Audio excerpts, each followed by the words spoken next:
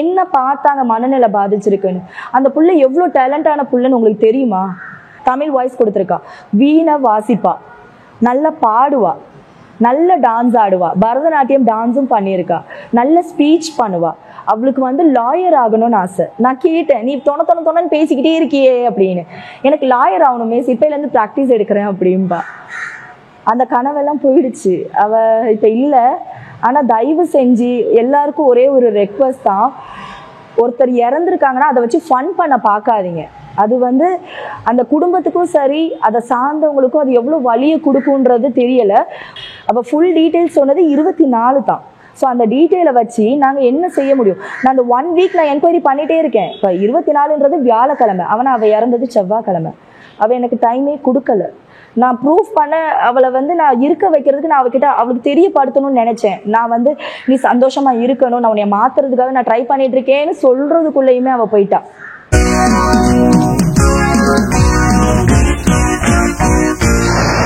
வணக்கம் பிரபுகளே, எப்படி நலமாக இருக்கிறீர்களா? மீண்டும் ஒரு காணொலியில் உங்களை சந்திப்பதை இட்டு மற்ற மகிழ்ச்சி கொள்கின்றேன். புலர்ந்திருக்கின்ற இந்த பொழுது உங்கள் எல்லோர் வாழ்விலும் நல்ல பொழுதாக இருக்க வேண்டும் என்று எல்லோருக்கும் பொதுவான இறைவனை பிரார்த்தித்துக் கொண்டு இன்றைய காணொலிக்குள் செல்லலாம் நினைக்கின்றேன். இன்றைய காணொலி கொஞ்சம் வித்தியாசமாக இருக்க போகிறது. என்னவென்று சொன்னால், உங்கள் எல்லோருக்குமே தெரியும், கடந்த ஒரு சில தினங்களுக்கு முன்னர் இடம்பெற்றதாக சொல்லப்படுகின்ற ஒரு சிறுமியின் தற்கொலை தொடர்பான தகவல்கள் இப்பொழுது அவரது ஆசிரியர் முன்வந்து அந்த என்ன நடைபெற்றது என்பது தொடர்பான உண்மை நிலவரத்தை இப்பொழுது வெளியிட்டிருக்கிறார். ஊடகங்கள் பல்வேறு வகையான கட்டுக்கதைகளை பரப்பிக்கொண்டு இருப்பதாகவும், ஆனால் இவர்கள் வெளியிட்டிருக்கின்ற தகவலின்படி அந்த பிள்ளை அந்த ஆசிரியரினால் பாலியல் வன்புணர்வு செய்யப்படவில்லை என்று தெரிவித்திருக்கிறார்கள். பாலியல் தொடர்பான சீண்டல்கள் இடம்பெற்றிருக்கிறது பாடசாலை ஒன்றில் வைத்து. அதாவது மிக பிரபலியமான பாடசாலை என்று சொல்லப்படுகின்ற அந்த இந்து கல்லூரியிலே வைத்து இந்த சம்பவம் இடம்பெற்றிருக்கிறது. அதன் பிற்பாடு அந்த பிள்ளை அந்த பாடசாலையை விட்டு நின்றிருக்கிறது. நின்றதன் பிற்பாடு அந்த பிள்ளை கொழும்பில் இருக்கின்ற பிரபலமான ஒரு பாடசாலையிலே, பெண்கள் பாடசாலை ஒன்றிலே மீண்டும் சேர்ந்திருக்கிறது.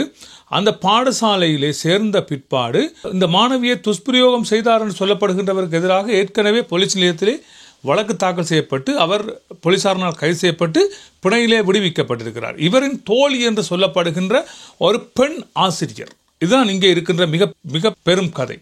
ஒரு பெண் ஆசிரியர் இந்த மாணவி தொடர்பான தகவலை இங்கிருக்கின்ற மற்ற மாணவர்களுக்கும், அதாவது இந்த பெண் பிள்ளையை ஒரு நடத்தை கெட்டவராகவும் இவர் ஆசிரியர் மீது வீண்பழி சுமத்துகிறார் என்பது போன்றும் இவர் ஒரு கதையினை இந்த பிள்ளைகள் மத்தியிலே உலாவ விட்டிருக்கிறார். இதனால் இந்த பிள்ளை பாடசாலை செல்கின்ற வேளையில் அந்த பிள்ளையோடு பலரும் உறவாட பயந்திருக்கிறார்கள். ஆசிரியர்கள் இந்த பிள்ளையோடு கதைப்பதற்கு பயந்திருக்கிறார்கள். பிள்ளைகள் இவர்களோடு பேசுவதற்கு பயந்திருக்கிறார்கள், உறவாட மறுத்திருக்கிறார்கள். எனவே அம்சிகா தனிமைப்பட்ட ஒருத்தியாக தனிமையாக இருந்திருக்கிறார். அதன் பிற்பாடு அவரது மனத்திலே பல போராட்டங்களே என்னோடு இவர்கள் உரையாடவில்லை. இவ்வளவு விவரங்களையும் அவர் தனது நடன ஆசிரியரிடம் தெரிவித்திருக்கிறார். நடன ஆசிரியரின் வாக்கு மூலம் இதை இணைக்கிறேன், கேட்டு பாருங்கள். நான் சொல்றது அம்ஷி என்கிட்ட பேசினது.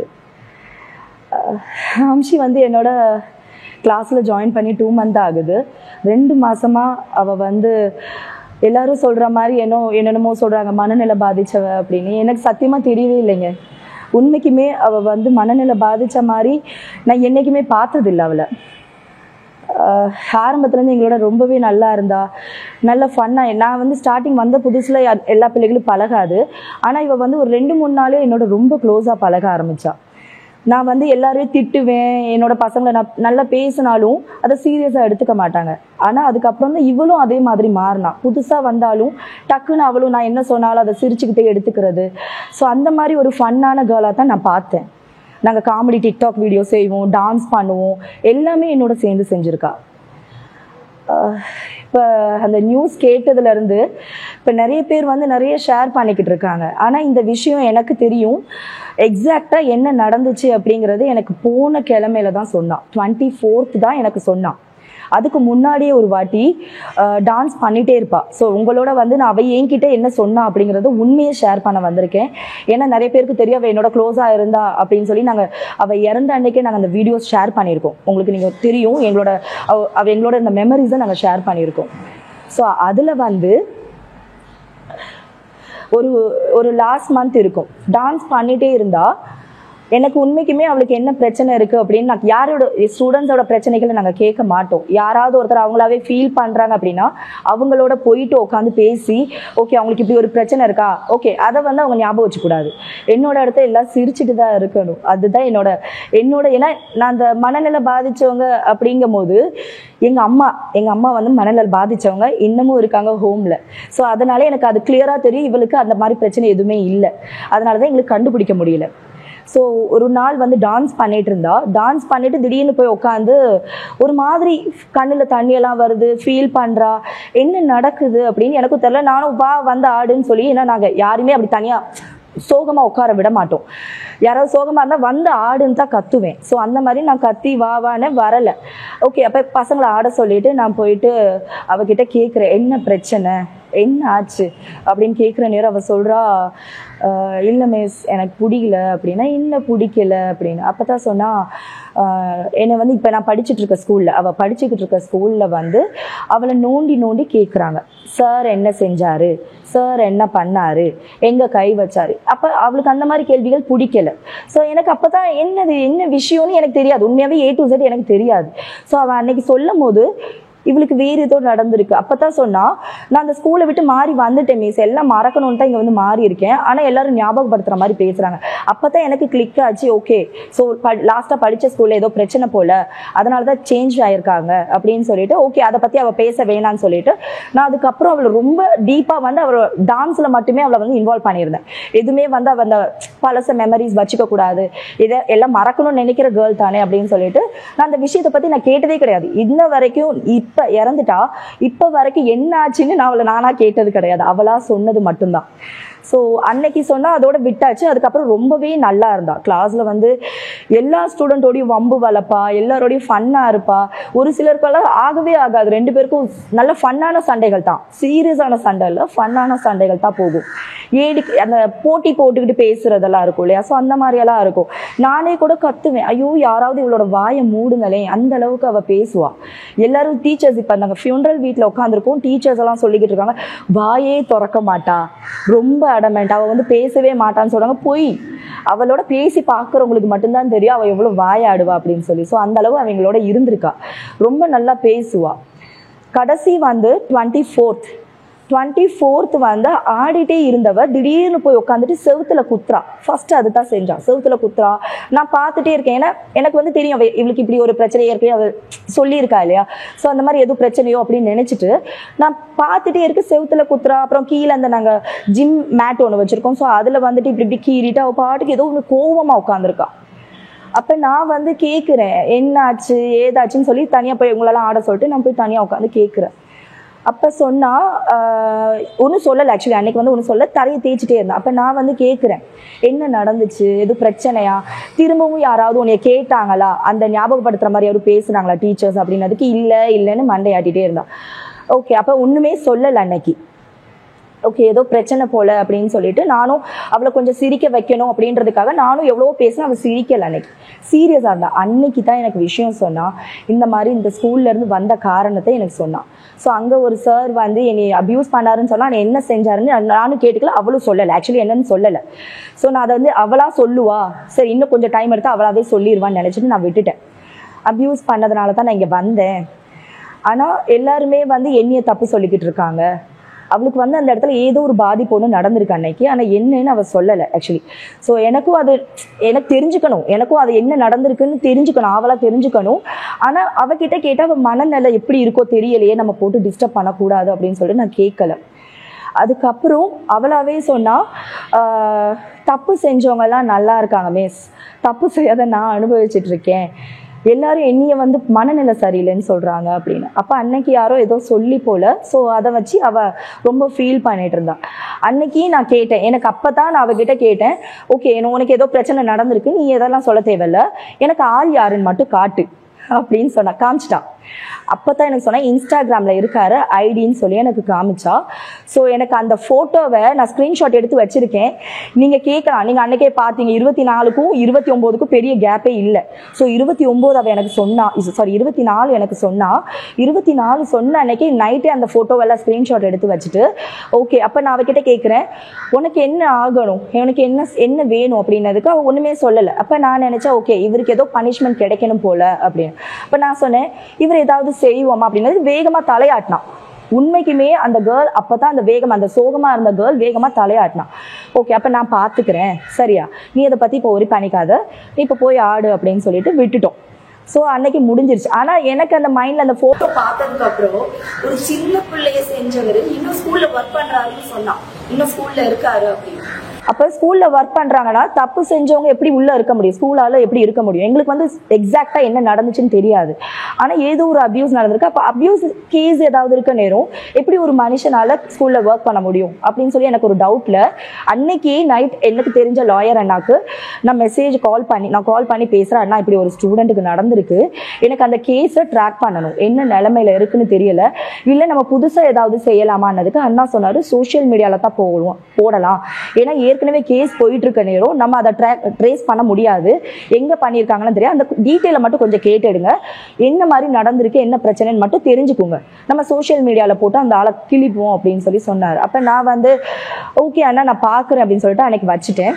ஸோ 25th அன்னைக்கு காலையிலேயே நான் வந்து அவங்க அம்மாவுக்கு கால் பண்ணேன். ஸோ அது வந்து என்கிட்ட இருக்கிறது அம்ஷிகாவோட மொபைல் நம்பர் மட்டும்தான், அம்மா நம்பரோ அப்பா நம்பரோ இல்லை. அதுவும் அவள் ஸ்கூலுக்கெல்லாம் எடுத்துகிட்டு போக மாட்டா, வீட்டில் இருக்கும். ஸோ நான் வீட்டில் இருக்க நேரமாக பார்த்து தான் நான் கால் பண்ணேன். அப்போ அம்மா கிட்ட கேட்குறேன், அம்மா இன்னைக்கு மீட் பண்ணணும், உங்களோட தனியாக பேசணும், வரீங்களா அப்படின்னு. அந்த நேரம் அம்ஷிகா பக்கத்தில் இருந்திருக்கா எனக்கு தெரியாது. அப்போ அவங்க ஏன் மிஸ் அப்படின்னாங்க, இல்லை பர்சனலாக பேசணும், நீங்கள் தனியாக வாங்க, நீங்கள் வர்றது அம்ஷிகா தெரிய வேணான்னு சொல்லியிருக்கேன், ஆனால் பக்கத்தில் இருந்திருக்கா. அப்போ டக்குன்னு அவள் வந்து எனக்கு மெசேஜ் போடுறா, அந்த அவங்க அம்மா கிட்ட அவங்க வரேன்னு சொல்லிட்டாங்க. ஸோ அதுக்கப்புறம் எனக்கு பர்சனலாக மெசேஜ் போடுறா, மிஸ் அம்மாவை வர சொன்னீங்களாமே என்ன விஷயம் அப்படின்னு. ஒன்றும் இல்லைம்மா, நான் சொல்லல தானே, அந்த பிள்ளை வந்து இப்படி ஒரு அஃபெக்ட்ல பண்ணியிருக்கா, நான் அதை திரும்பவும் நான் பேச போறேன், நான் என்கொயரி பண்ண போறேன்னு சொன்னா அவளுக்கு கஷ்டமா இருக்கும் இல்லையா, அதனால அதை பத்தி சொல்லலை. அப்ப நான் சும்மா சொல்லி சமாளிக்கிறேன், நீ ஓஎல் படிச்சுட்டு இருக்க, இப்ப டான்ஸ் கிளாஸ் வேற வர, எக்ஸாம் வேற வருது, நாளை பின்ன நீ ஒரு மார்க் குறைஞ்சிருச்சுன்னா அப்புறம் அம்மா என்னையே சொல்லக்கூடாதுல்ல, டான்ஸ் கிளாஸ் போனனால தானே, எனக்கு நமக்கு அப்படி ஏற்கனவே பிரச்சனை ஒன்று நடந்திருக்கு, A level படிக்கிற பிள்ளைகள்லாம் வராம போயிருக்காங்க தானே. ஸோ அதனால நான் அவகிட்ட சொல்லியிருந்தேன், அப்படின்னா ஓகே மிஸ், ஆனா நேத்து சொன்ன விஷயங்களை பத்தி மட்டும் பேசாதீங்க அப்படின்னு சொல்லிட்டு அந்த வார்த்தை மெசேஜ் எல்லாம் பண்ணியிருக்கேன். என்கிட்ட அந்த மெசேஜ் எல்லாம் அப்படியே இருக்கும்.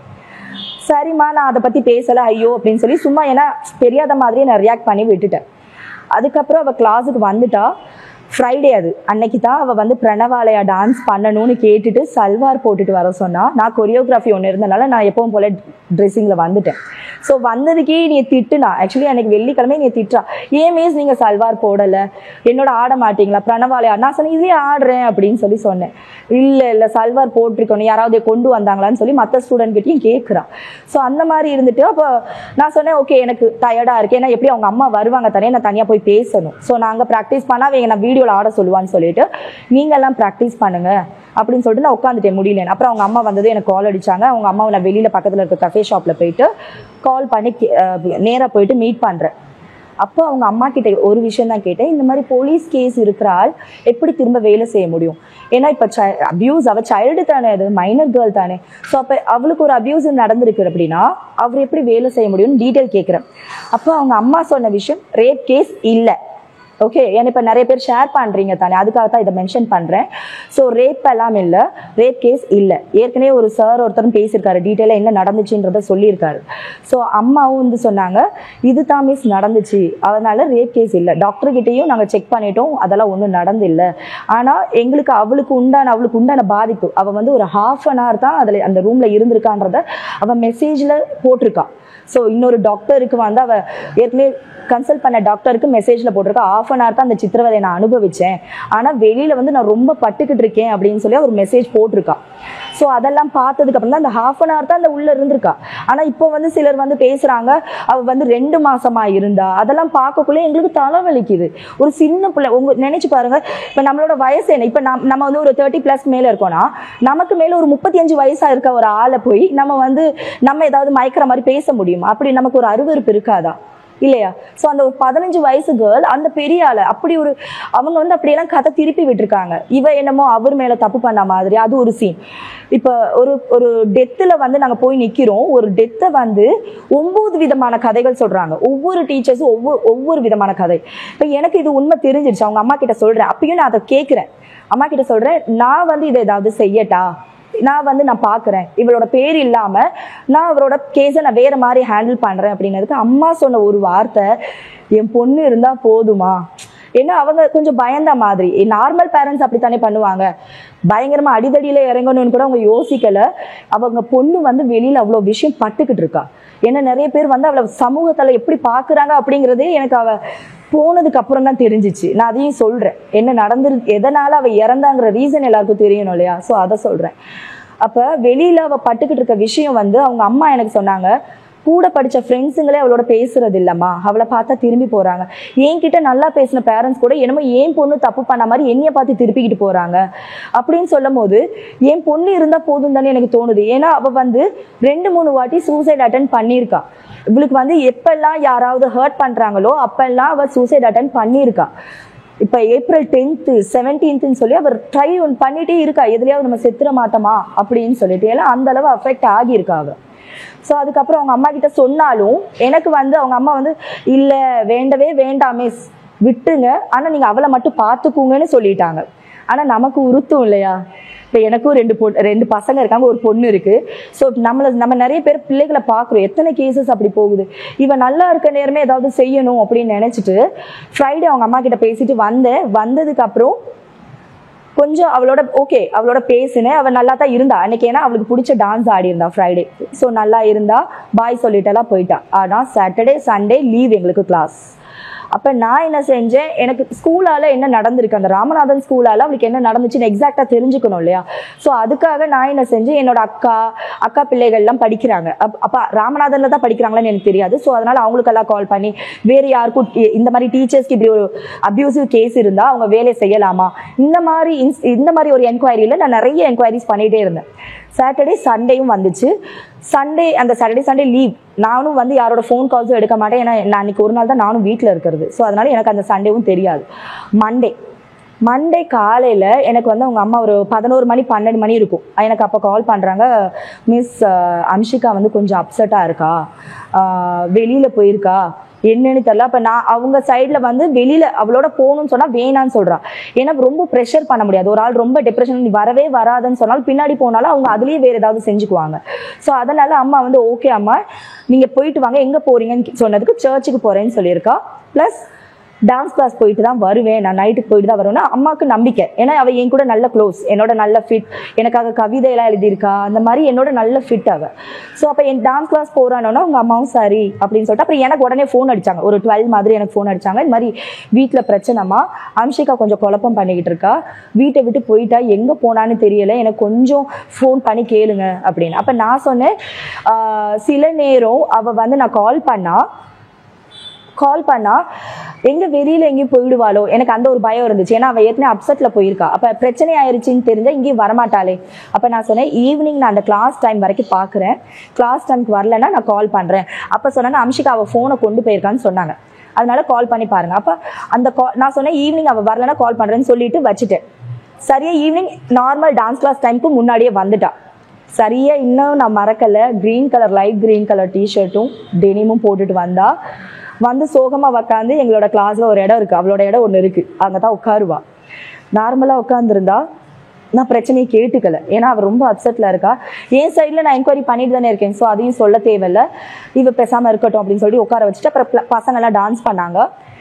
டக்குன்னு அவங்க அம்மாவுக்கு கால் பண்ண, வந்துட்டா அப்படின்னு சொல்லி அம்மாவுக்கு மட்டும் இன்ஃபார்ம் பண்ணேன். அப்போ அம்மா வந்து சொன்னாங்க, நான் வாரேன் மிஸ் அப்படின்னு சொல்லிட்டு வந்தாங்க. வந்துட்டு சாப்பாடு, ஏன்னா பகல் சாப்பிடல தானே, மருந்து எடுக்கணும், அதனால வந்து சாப்பாடு சாப்பிடுமான்னு கெஞ்சி அப்புறம் அவளுக்கு சாப்பாடை கொடுத்து மருந்தெல்லாம் கொடுத்துட்டு போயிட்டாங்க. திரும்ப கொஞ்ச நேரத்தில் மிஸ் நான் கிளம்புறேன் அப்படின்னா, ஏன் அப்படின்னு, வீட்டில் சண்டை. என்னன்னா அவ வந்து சண்டே, இது வந்து என்ன நடந்திருக்கு அப்படின்னா, சண்டே வந்து வீட்டில் வந்து அழுதுருக்கா. 2 மணி நேரம் கதவை லாக் பண்ணிட்டு அழுதுருக்கா. அப்பா இப்போ நம்ம வீட்டில் இருக்க பேரண்ட்ஸ் என்ன செய்வாங்க, நம்ம ரொம்ப நேரம் அழுதுகிட்டே இருக்கோம், ஒரு விஷயத்த அழுதுட்டு இருக்கோம்னா கொஞ்சம் கொஞ்சுவாங்க, கெஞ்சுவாங்க, அப்புறம் கோவப்பட்டு திட்டுவாங்க. இதுதான் நடந்திருக்கு. ஸோ அந்த டைம் அவளை வந்து எவ்வளோ நேரம் உள்ளே உட்காந்து அழுவேன், நீ வெளியில வா, இப்படி அழுதுட்டே இருந்தால் வீட்டில் இருக்காத அப்படின்னு ஒரு வார்த்தை சொல்லியிருக்காங்க. அது வந்து நார்மல் பேரண்ட்ஸ் எல்லாருமே சொல்றது.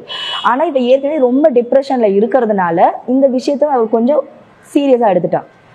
அதுக்கப்புறம் ஆனால் அன்னைக்கே அவள் கேட்டு அதுக்கப்புறம் வெளியில் வந்திருக்கா, சமாதானப்படுத்தியிருக்காங்க, கேஎஃப்சி போகணும்னு சொல்லியிருக்கா, கேஎஃப்சி எல்லாம் கூட்டிகிட்டு போய் சாப்பாடெல்லாம் வாங்கி கொடுத்துருக்காங்க. எனக்கும் உண்மை தெரியலை என்னன்னு. அதுக்கப்புறம் சண்டே தான் நடந்துச்சு. நடந்ததுக்கப்புறம் அதான் அந்த இறந்தது அன்னைக்கு என்ன நடந்துச்சு அப்படிங்கிறது அவள் என்ன நினைச்சாங்கிறது எங்களுக்கு தெரியல. ஸோ திங்கள் வந்தால் திங்களும் அப்பானா இப்படித்தானே அப்படின்னு சொல்லி அவங்க அம்மா சொன்னதுனால நான் திங்கள் உட்காந்து அட்வைஸ் பண்ணுறேன் அவகிட்ட. அப்பானா இப்படித்தான், எங்கள் அப்பாவும் இப்படித்தான். இப்போ ஒரு கட்டத்தில் அப்பா அம்மாலாம் இல்லைன்னா நம்ம அதெல்லாம் நினச்சி ஃபீல் பண்ணுவோம் அப்படின்னு சொல்லி அவ்வளோ அட்வைஸ் பண்ணி அவளுக்கு அனுப்பினேன். கடைசி அந்த வார்த்தையை திரும்பவும் சொன்னால், தப்பு செஞ்சவங்க நல்லா இருக்காங்க மிஸ். அதை வந்து என் கண்ணை கூட பார்த்து பேசல, கீழே குனிஞ்சிட்டு அந்த மேட்டை இப்படி கீறிட்டே சொல்கிறான். தப்பு செஞ்சவங்க நல்லா இருக்காங்க மிஸ், தப்பு செய்யாத நான் ரொம்பவே அனுபவிச்சுட்டு இருக்கேன். என்னைய வந்து ரொம்பவே எல்லாரும் ஹர்ட் பண்ணுறாங்க மிஸ், மனநிலை சரியில்லைன்னு சொல்கிறாங்க. ரோட்டில் 1000 பேர் 1000 பேசுவாங்க, நீ அதெல்லாம் ஒன்றும் யோசிக்காத, உனக்கு என்ன செய்யணுமோ அதை நான் செய்வேன் அப்படின்னு அந்த ஒரு வார்த்தையை சொல்லி நம்பிக்கை கொடுத்தேன். அவளுக்கு நம்பிக்கை கொடுத்தேன். சரி அப்பா எல்லாம் இப்படித்தான், நீ வீட்டுக்கு இப்போ போய் பேசலைனாலும் பரவாயில்ல, நீ நாளைக்கு சரி பேசி, இல்லை பேசலைனாலும் பரவாயில்ல, அப்பா அம்மார்கள் அவங்களாவே வந்து பேசுவாங்க, அதுதான் அப்பாவோட நேச்சர் அப்படின்னு சொல்லி அவ்வளோ அட்வைஸ் பண்ணி அனுப்புனேன். என்னை திரும்பி பார்த்துட்டு போனால், இது அவள் செவ்வாய்க்கிழமை இறந்தா, திங்கள் முதல் நாள் கடைசி என்னோட இருந்தா. ஸோ அப்படி போயிட்டா. உண்மைக்குமே அந்த செவ்வாய்க்கிழமை அவள் இறந்ததா எங்களுக்கு தெரியவே தெரியாது. ஏன்னா நானும் கிளாஸ் நிறைய 2-3 கிளாஸ் எடுத்தேன் அன்னைக்கு ஃபுல்லாகவே. ஸோ அன்னைக்கு எனக்கு அவள் இறந்தது தெரியாது. ஸோ எனக்கு புதன்கிழமை தான் சொல்கிறாங்க. புதன்கிழமை அம்மா அப்பாவும் ஏன்னா அந்த நிலைமையில இல்லை அவங்க. அப்போ எனக்கு புதன்கிழமை நான் மைண்டில் இருக்கு, ஏன் அம்ஷிகாரன் இது வரல, சரி ஏதோ கிளாஸஸ் எது போயிருப்பா போலன்னு நினச்சிட்டு இன்னைக்கு வரலன்னா கால் எடுப்போம்னு நினச்சிட்டு தான் இருந்தேன்.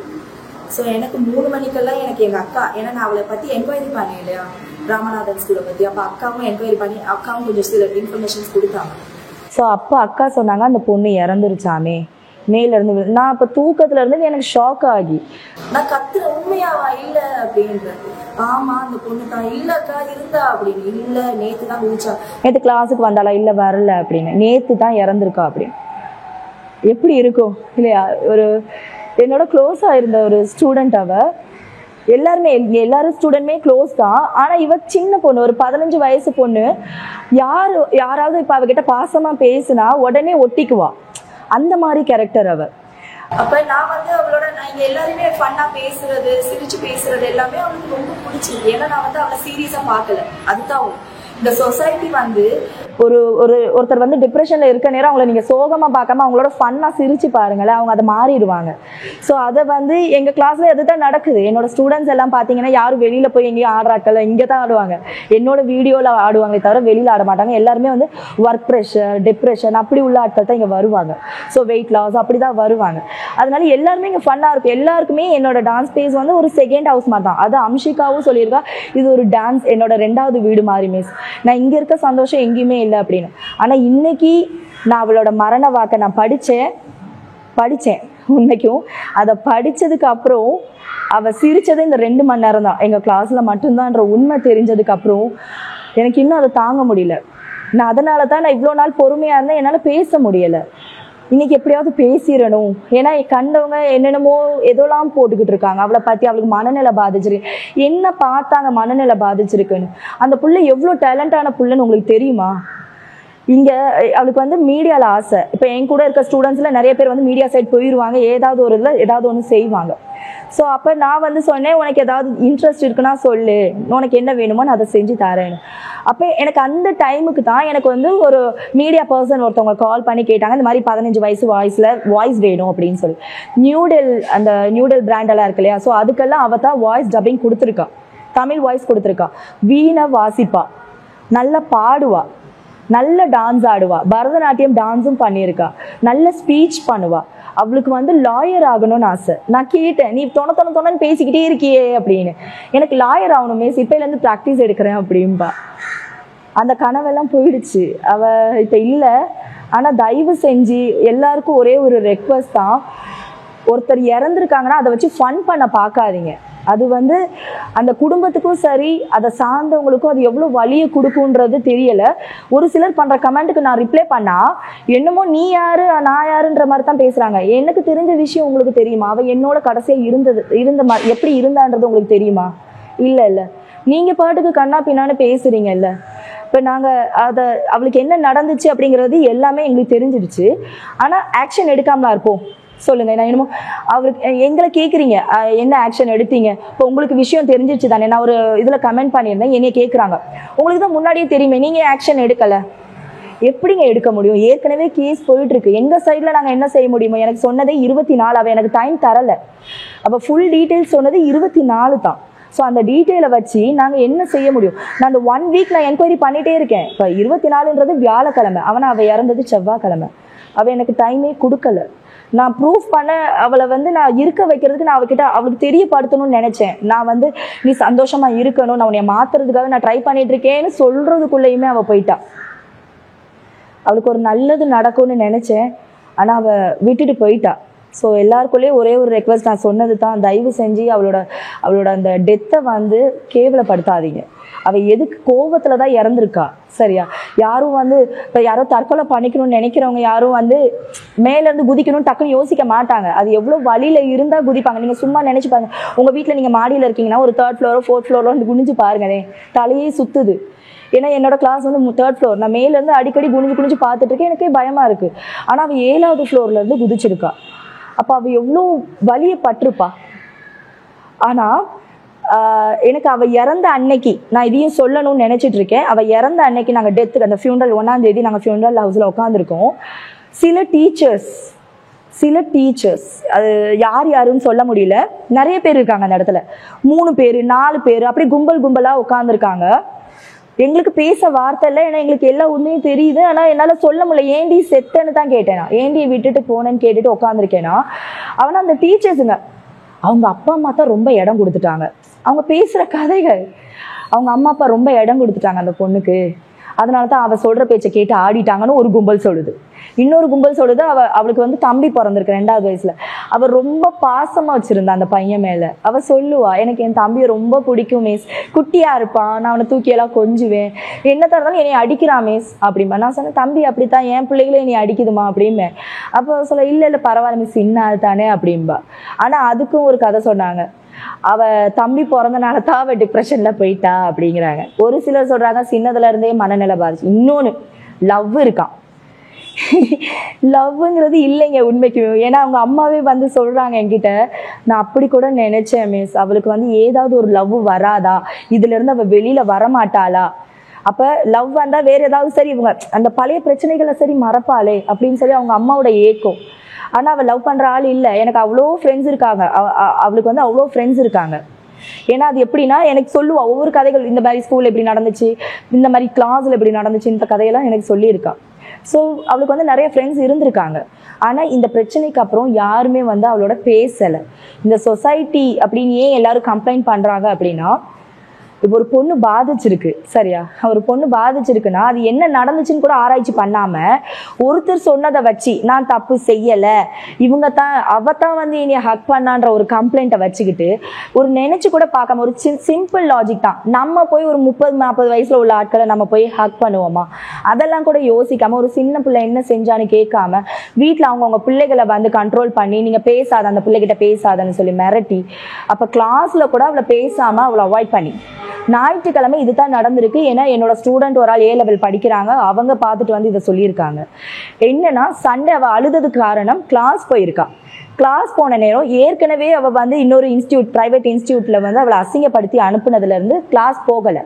அதனால தான் அவள் ஸ்கூல் போகலை, ஒழுங்காக படிக்காத காரணம் அவளை வந்து அந்த இடத்துல இருந்து அசிங்கப்படுத்தி துரத்தியிருக்காங்க. ஸோ அதுலேயே ரொம்ப டிப்ரெஷன். நினச்சி பாருங்க, ஒரு 100 பிள்ளை இருக்க இடத்துல வேறு ஸ்கூல் பிள்ளைகள் இருப்பாங்க. அந்த இடத்துல அவளை அசிங்கப்படுத்தணும்னு டார்கெட் பண்ணி அவளை அசிங்கப்படுத்தி, அப்போ எல்லா பிள்ளைகளுக்கும் தெரியப்படுத்தி வேறு ஸ்கூலுகளுக்கு ஸ்ப்ரெட் ஆகும் அப்படின்னு சொல்லி பிளான் பண்ணி அது செஞ்சுருக்காங்க இல்லையா? அப்போ அதுக்கப்புறம் கொஞ்ச நாள் வீட்டில் இருந்து திரும்ப இன்னொரு இன்ஸ்டியூட்டில் போட்டிருக்காங்க. அங்கே எல்லாரோடையும் நல்லா தான் இருந்தா. அந்த சண்டே நான் நினைக்கிறேன் எல்லாமே அவளுக்கு எல்லாருமே வந்து ஷேர் பண்ணி அந்த பிள்ளைகளுக்கும் எதுவும் சொல்லியா இல்லை என்னன்னு தெரியல, யாருமே அவகிட்ட பேசலை. சண்டே வந்து அவகிட்ட பேசாமல் அவாய்ட் பண்ணிட்டாங்க. இவளா கூப்பிட்டு பேசியும் அவகிட்ட திரும்பி கூட பார்க்கலையா. வெளியிலயும் ஒரு ஃப்ரெண்டை கூப்பிட்டு இருக்கா, அந்த ஃப்ரெண்டு வந்து அப்படின்னு திரும்பி அதை பார்த்துட்டு தான் என்னோட ஸ்டூடெண்ட் ஒரு ஆள் என்கிட்ட வந்து சொன்னாங்க, அம்ஷி வந்து இந்த மாதிரி எல்லாருக்கிட்டையும் பேசியிருக்கா, யாரும் பேசலையா மிஸ். அதே மாதிரி வெளியிலேயும் அந்த அது ஒரு பாய் போல, இப்போ அந்த பையனை கூப்பிட்டுருக்கா, அவனும் அதை பேசலை, கேர்லெஸ்ஸாக திரும்பி இருக்கான். அப்போ அன்னைக்கு அவள் அழுதுட்டு தான் போனா வீட்டுக்கு அப்படின்னு சொல்லி என்னோட ஸ்டூடெண்ட் ஒரு ஆள் சொன்னாங்க. அன்னைக்கு தான் அவங்க அப்பா வீட்டில் அந்த ரூமை கதவு சாத்திக்கிட்டு அவள் அழுதுருக்கா. அதுக்கப்புறம் தான் இதெல்லாம் நடந்திருக்கு. ஸோ எல்லாமே ஏன் அந்த சொசைட்டியை சொல்கிறோம் அப்படின்னா, ஒருத்தர் பாதிச்சிருக்காங்க, இன்னைக்கு இங்கே பாதிச்சிருப்பாங்க, நாளைக்கு உங்கள் வீட்லேயும் பாதிப்பாங்க. சரியா? இப்போ அவர் மேலே நான் பேர் சொல்ல விரும்பலை, ஆனால் அவர் மேலே நிறைய கம்ப்ளைண்ட் இருக்குது. இப்போ நாங்கள் இதெல்லாம் என்கொயரி பண்ணுறோன்னு தெரியக்குள்ள எங்களுக்கு அவ்வளோ நியூஸ் வந்திருக்கு. சொல்ல முடியாது, நாளைக்கு உங்கள் பிள்ளையும் அதில் பாதிச்சிருக்கலாம், ஆல்ரெடி அது தொட்டிருக்கலாம், உங்களுக்கு அது தெரியாது. ஏன்னா பிள்ளைகளை மிரட்டி வைக்கிறாங்க. சரியா? உங்கள் பிள்ளைகளோட ஃபஸ்ட்டு டைம் ஸ்பெண்ட் பண்ணி அவங்க என்ன நடக்குது, கிளாஸில் என்ன நடக்குதுலாம் பேசுங்க. அவங்க கிட்ட ஓப்பனாக சொல்லுங்கள் எதுனாலும். அப்படி பிரச்சனையை சொன்னால் அதுக்கு சொல்யூஷனை கொடுங்க. நீங்கள் ஒன்றும் சொல்யூஷன் கொடுக்காம நீங்கள் அவங்கள கண்ட்ரோல் பண்ணிகிட்டே வச்சுருந்தீங்கன்னா அவங்களுக்குள்ள ஒரு கோவம் இருக்குல்ல, அந்த பிள்ளைகள் வந்து கோவப்படும், ஏன் நமக்கு இப்படி நடக்குது அப்படின்ற ஒரு கோவமே அவங்கள கொல்லும். ஸோ கொஞ்சம் அந்த பிள்ளைகளுக்கோட பேசுங்க. நாளைக்கு இந்த மாதிரி ஒரு பிள்ளை பாதிச்சிருந்தா அதோட பேசாதன்னெலாம் கண்ட்ரோல் பண்ணாதீங்க. ஏன்னா அவங்களுக்கு வந்து பேசணும், யாராவது ஒருத்தர் மனசை விட்டு பேசணும். அதனால இந்த மாதிரி கண்ட்ரோல்லாம் பண்ணாதீங்க. அம்ஷி இன்னைக்கு போயிட்டா, ஸோ அவளுக்கு ஜஸ்டிஸ் கிடைக்கும். ஹியூமன் ரைட்ஸால் இன்னைக்கு மூவ் பண்ணியிருக்காங்க. ஸோ சீக்கிரமாக நல்ல நியூஸ் எல்லாருக்குமே வரும். ஒரு பிரபல தனியார் கல்வி நிலையம் நடத்தி வருகின்ற ஒருவர் இந்த பெண்ணை பாலியல் ரீதியாக சீண்டல் செய்தவர், அது நண்பர் என்று சொல்லப்படுகின்ற அவர் 100-150 பிள்ளைகள் படிக்கின்ற அந்த கல்வி நிலையத்தில் வைத்து அந்த பிள்ளை எழுப்பி வைத்து, உன்னை யார் இங்கே படிக்க வர சொன்னது, நீ இப்படிப்பட்டவள் என்று ஒரு 15 வயது நிரம்பிய அந்த சிறுமியை மனரீதியாக தாக்கியிருக்கிறார். இவற்றினால் ஏற்பட்ட உளத்தாக்கம், இப்படி அயலவர்கள், உறவினர்கள், நண்பர்கள் யாரும் இவரோடு பேசாத ஒரு தன்மை, இப்படி எல்லாவற்றையும் சேர்த்துத்தான் அந்த பிள்ளை தற்கொலை செய்திருக்கிறது. நல்லது உறவுகளே, இந்த காணலை உங்களுக்கும் ஒரு படிப்பினையாக இருக்க வேண்டும். ஒரு பிள்ளையோடு பேசுங்கள், பிள்ளை என்ன செய்கிறது என்பதை உணர்ந்து கொள்ளுங்கள். இன்று அம்சிகாவுக்கு நடந்தது நாளை உங்கள் பிள்ளைகளுக்கும் நடக்கலாம்.